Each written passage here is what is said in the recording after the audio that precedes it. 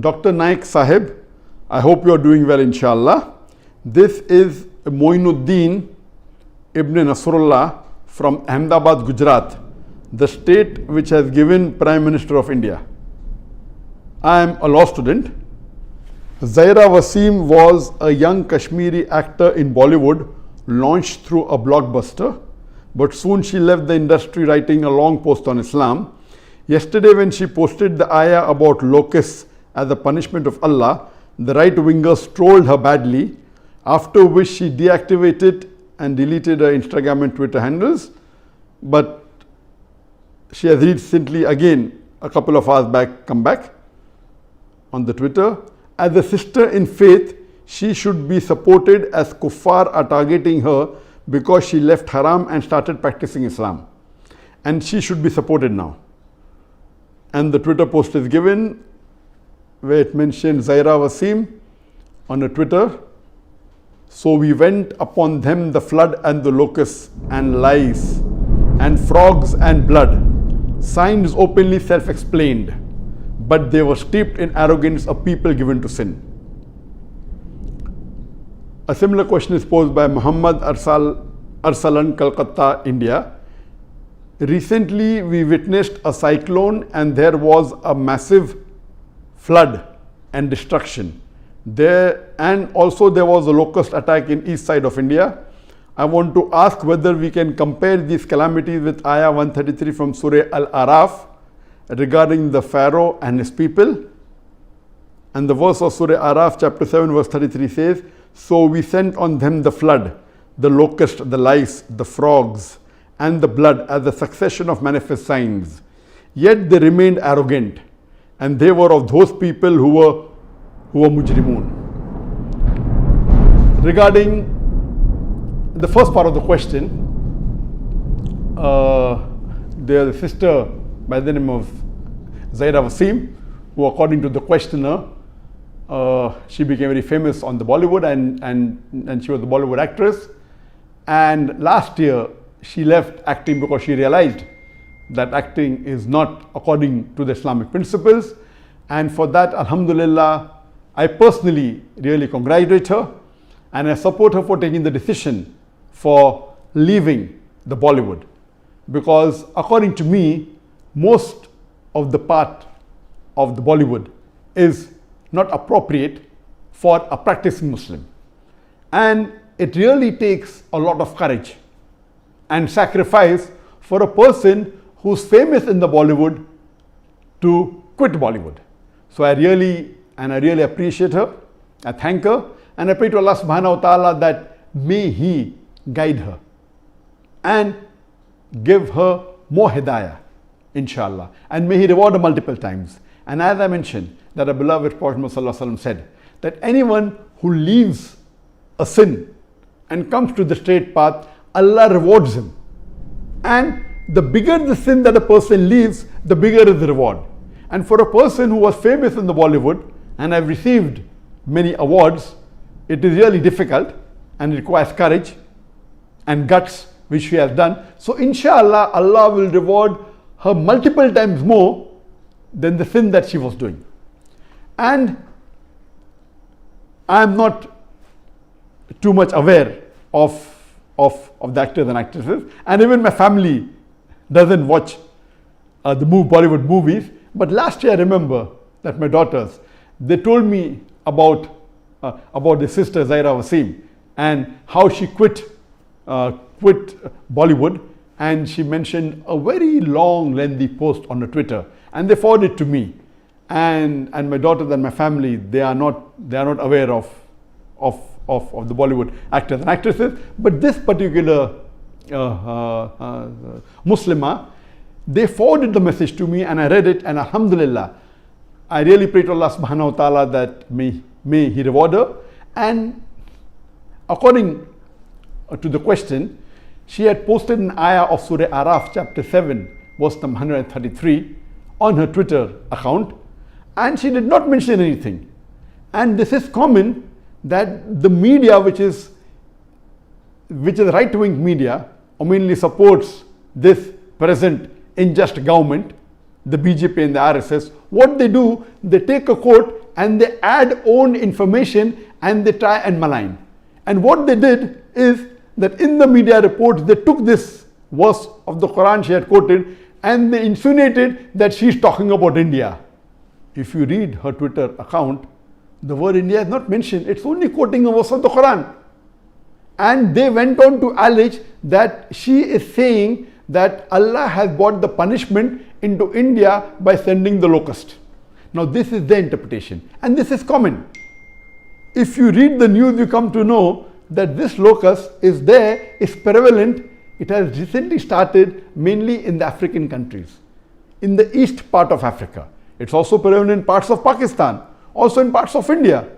So when she did not mention any country, she did not mention any place, these people go out of the way to put their own information and malign her. And this is exactly what they did to me. When about 3.5 years back, on the 3rd of July 2016, when a terrorist attack took place in Dhaka, and about 6 or 7 terrorists, they killed about 22 foreigners in Dhaka. And one person, Rohan, he happened to be a fan of mine on the Facebook. But they gave the report saying that he was inspired by Dr. Zakir Naik to do the terrorist attack. He was just a fan of mine. And Alhamdulillah, today I've got 22.5 million followers on my Facebook. Am I responsible for the activity? But the way they gave the report, as though he was inspired to do the terrorist attack because of me. For that, they have to show a post of mine which says that you should kill innocent human beings, which they cannot. So what they do, they take a post, they add their own misinformation to it and malign the person. And this is exactly what they did to Zaira Wasims. And I pray to Allah subhanahu wa ta'ala that may He reward her. This post is very much relevant. And may He encourage her. And I'm telling that she should continue to study the Quran. She should continue mentioning verses of the Quran on the Twitter and the social media. And she should not be bothered about these people who are a problem to the society. These people are there to create a fitna. And our beloved, if you read the Quran, Allah says in the Quran, in Surah Furqan chapter 24 verse number 30, that for every prophet he has kept an enemy. And after the prophet, it is the da'is who continue spreading the message of Islam. And for a da'i who is successful, there are bound to be enemies. So we should not be discouraged or disheartened when the enemies attack us. And you be rest assured that if you speak the truth, the enemies of Islam have to attack you. And if you are successful, the more successful you are, the more larger number of enemies will you have. And the more bigger enemies will you have. And the most successful human being and the most influential human being on the face of the earth was our beloved Prophet Muhammad. And unfortunately, he also has the maximum number of enemies in the world. The maximum number of people who attack him is the maximum number a person is attacked in the world today is Prophet Muhammad. So we should not be disheartened. In fact, we should be reassured that we are on the straight path. And if you realize, regarding the verse of the Quran of Surah Araf, chapter number 7, verse number 133, it says that Allah subhanahu wa ta'ala, the word used here is tufan in Arabic. It's translated as flood in some of the translation. Tufan actually means a total death. It can be due to a flood, it can be due to an earthquake, it can be due to an epidemic, it can be due to a pandemic. So basically tufan means total death. A large number of death caused by any calamity, whether it be flood, whether it be earthquake, whether it be epidemic, maybe pandemic. So here it can mean flood, it can even be the COVID-19. It says Allah subhanahu wa ta'ala sent tufan, maybe a flood, maybe an epidemic, a pandemic, or maybe COVID-19 coronavirus. And he sent locusts and lice and frogs and blood. And there's the list of wrath which Allah sent on the people of Pharaoh. And the next verse you read, it says it was a warning to Pharaoh and his people. And they prayed to Moses, peace be upon him, that let this calamity, ask your God, your Lord, to remove this calamity. And when this calamity was removed, they did not come to the straight path. When they promised that they will release the children of Israel, the Jews, they did not do that. And Allah sent another calamity. And again they promised that please remove it. And this is the statement, these are the verses in the Quran, talking about Pharaoh and how Allah brought his wrath upon the people of Pharaoh. So this was, of course, relevant today. There are calamities taking place today. And any calamity that befalls on a particular area, it can be limited to one area, it can be to many areas. In that area, there may be good people and bad people. So any calamity that comes, if it comes on a people who have sinned, then this is a punishment from Allah subhanahu wa ta'ala. And if it comes on the people who are on the straight path, it's a test on them. So it is wrong to think that in a calamity, 100% of the people are sinners. And we know that when the plague came during the time of the Sahabas, at that time, 25,000 Sahabas died in the plague.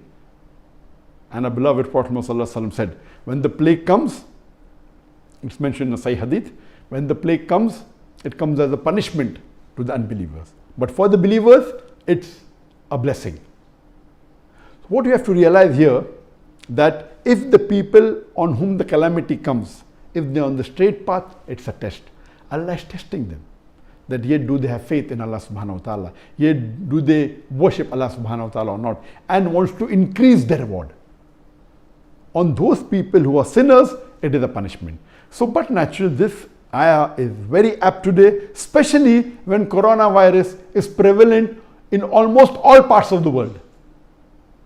More than 90% of the countries in the world, more than 185 countries in the world are infected with coronavirus. That is COVID-19. It's become a pandemic. So this verse is very relevant nowadays. And after coronavirus, we realize that even the locusts came, mainly in the countries of Africa, even in parts of Pakistan, in parts of India. So what is wrong in this verse? These people who are adding their own information and maligning the Muslims, this is their job to create fitna. We should not be disheartened. We should continue more strongly. And what I believe, there should be an organization, a Muslim organization, which should be well versed with the social media. And any time when the enemies of Islam, they start spreading misconception about Islam or trolling a Muslim because of their popularity, the reason they are against Zaira Wasims is only because she left Bollywood. She went from darkness to light. She left an industry which is not appropriate for a practicing Muslim.